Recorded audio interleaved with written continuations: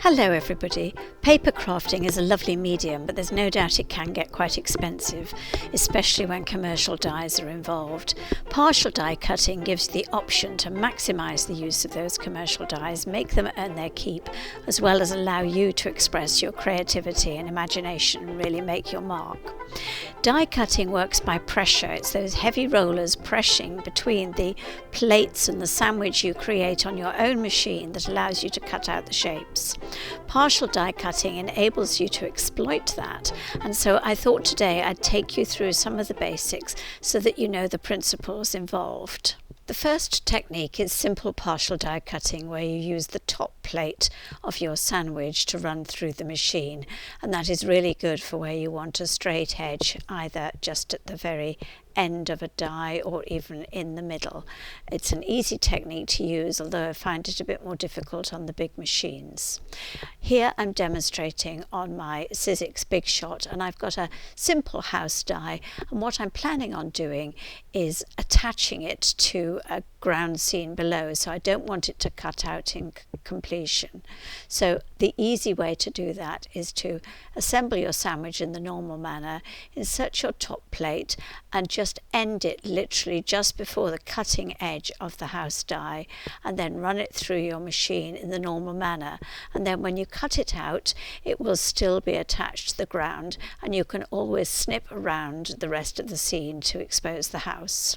It's also a great technique for when you want to extend the size of a cutout piece. So if I want to cut out the whole of that house, but I want it bigger, then I am just going to reposition that die only further down. So I've already partially die cut it out, still attached the paper.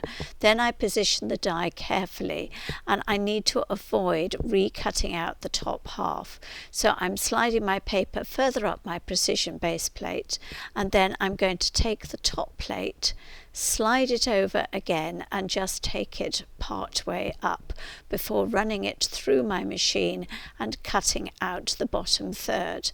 Then when I take it off, I've got the house completely done, but with the walls twice the size. So it's a good technique to use. So basically, using simple partial die cutting, I've gone from bungalow to a house. So it is quite a useful technique, and I say it's particularly good with your standard 6-inch machines. When you get up to the 12-inch ones, I find the plates harder to handle and much easier to slip and lose the straight edge that you've been looking for. Aside from that, you can do exactly the same with the big machines too. The next technique uses card stacks, which I personally find more versatile and easier to use, especially on larger machines, because those big 12-inch top plates can make simple die cutting quite hard because they can move as you're trying to get them into the machine. You can actually do the same effects with card stacks in a simpler manner, and actually they're much more versatile than the simple plate method, and I'm hoping to show you some of the basic ways in which you can use them.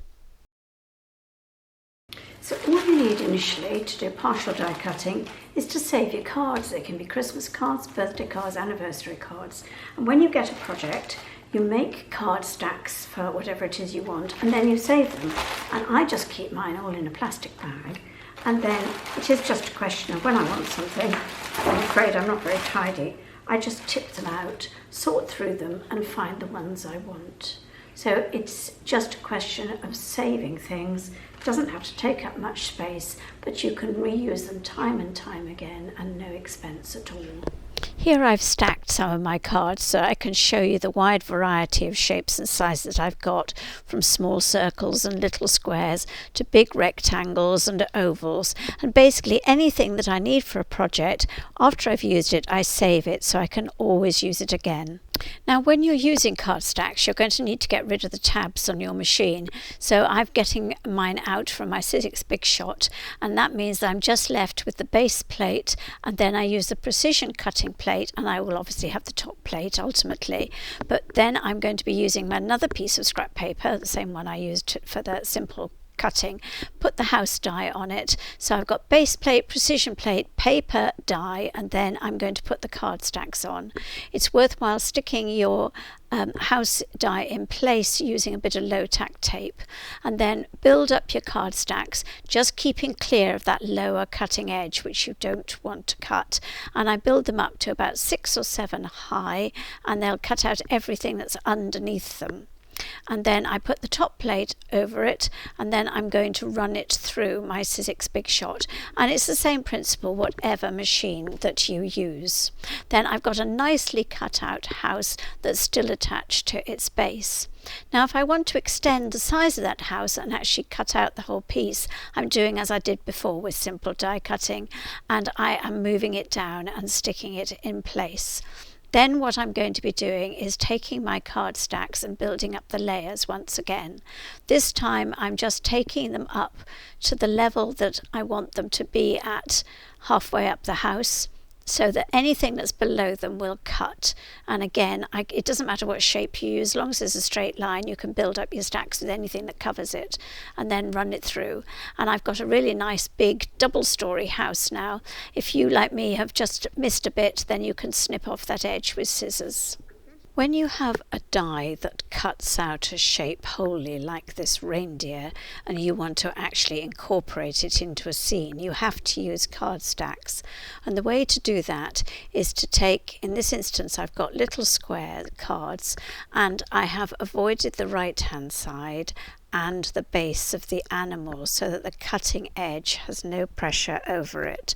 And then I will tape that bottom square in place, and then I will gradually build up my card stacks so that they will go through the machine, and just press on the animal, missing those bits that you can see exposed at the moment. I'm using my Gemini machine. I'm going to put the top plate over and just run it through the machine. And then when it's through, you will see that you've got the whole animal cut out. You can trim away the excess around it, but the sides and the base will be attached. Partial die cutting also enables you to take one die and use it in different ways.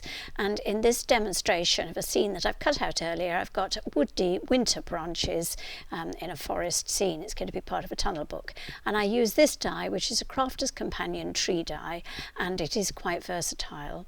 And what I did was that I partially die cut out the tree, getting the branches I wanted, and what I actually wanted to do was have the trunk merge into a 2 centimetre frame on the left and not cut out the whole tree at all, and I wanted the base attached to the ground at the bottom. I used some 11 centimetre square card stacks here and just positioned them carefully to avoid both the base and leave enough space at the side and not cut out that trunk. So having carefully positioned and stuck them in place, I built up the card stacks before I then ran them through my die cutting machine.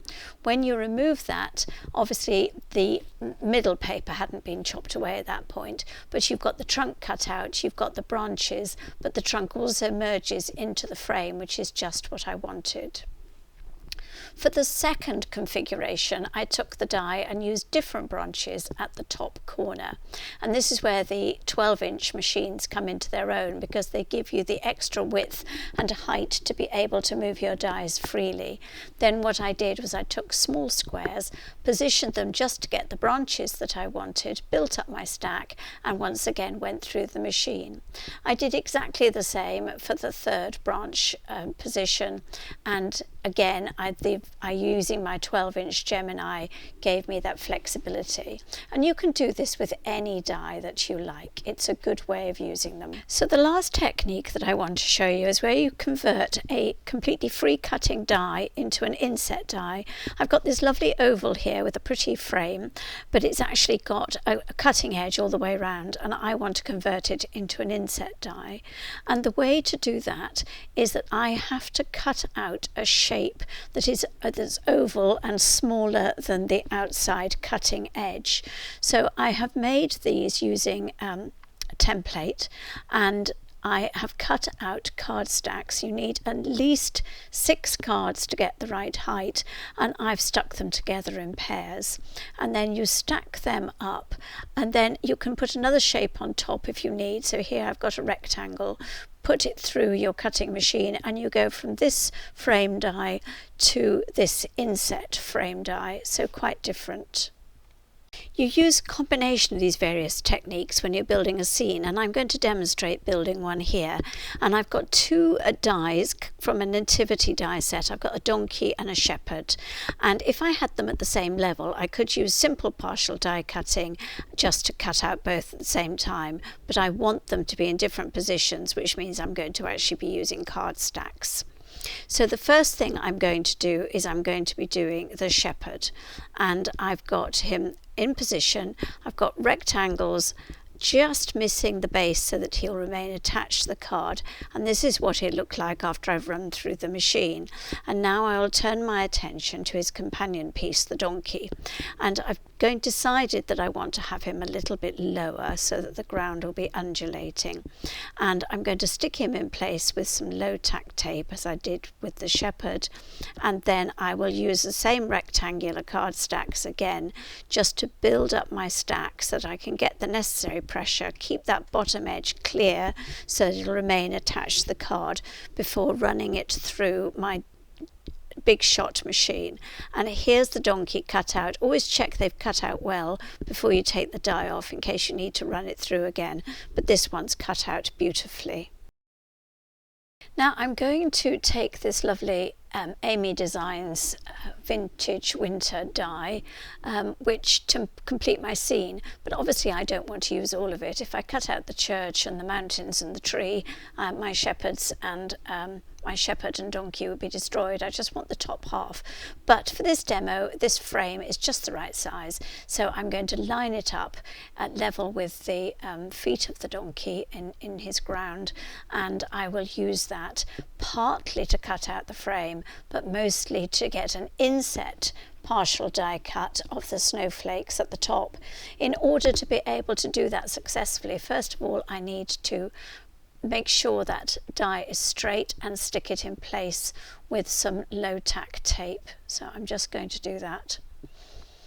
The next thing I need to do is find some card stacks that will not overhang the top edge, because I don't want that cut out. I just want the snowflakes, but I do want those sides cut out part way down. So I need to find rectangles of the right size, and my stash is big enough that I will be able to do that, and if not I will cut out something new, but I do need to avoid that cutting edge.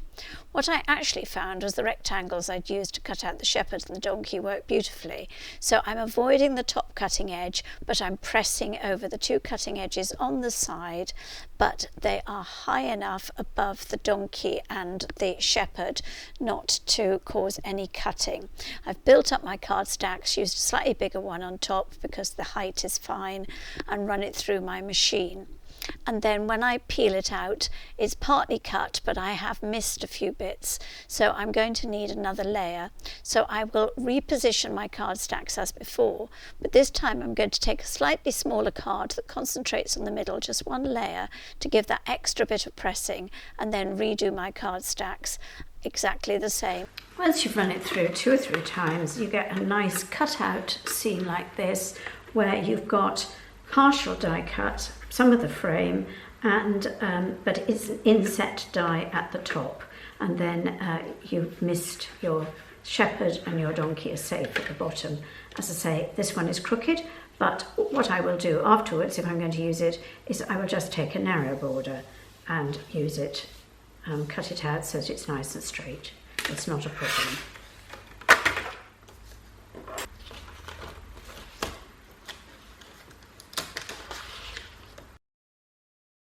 So, having tidied up my scene and cut it out so it's now straight, as you can see it's still looking a bit messy. It's quite a complex cut here, and being partial, not all of it has come out inevitably, so I need to snip away some of these bits. So I'm just pulling out the bits that are fully cut out, and I've pinged out the little bits there, and now I need to do some trimming. But first of all, what I did was on the wrong side, marked a pencil line down for the frame. Now I could use some more partial die cutting, but actually this bit I think is easier with a decent pair of scissors or a scalpel blade. Once I've done that, I've got part of the frame cut out, and I'm going to start snipping around the scene. And here I like to make a slightly rough ground rather than anything too straight. So I'm going to have the shepherd up on a little bank above the donkey, and then I'm just going to release all those little bits that are still caught up by the snowflakes and near the top. And it's just a question of fiddling around, which is quite fun to do, and you can get rid of bits that you don't want and just get that scene how you want it. And then when you've finally released everything, it's just a question of pulling out that waste paper in the middle. And there are a couple of bits at the top that I've yet to snip free. And also I'm going to have to reshape some of those snowflakes afterwards. Got to trim up this edge, got to reshape those snowflakes, and I've got to ping out a little bit here and reshape up here, and then that particular scene will be finished. Oh, I've also got to trim between the donkey's legs. Just all you do is push the pieces backwards and forwards and either use scissors or a scalpel to get them out, and do exactly the same with the bits here. Just snip them afterwards with your scissors, likewise with the shepherd.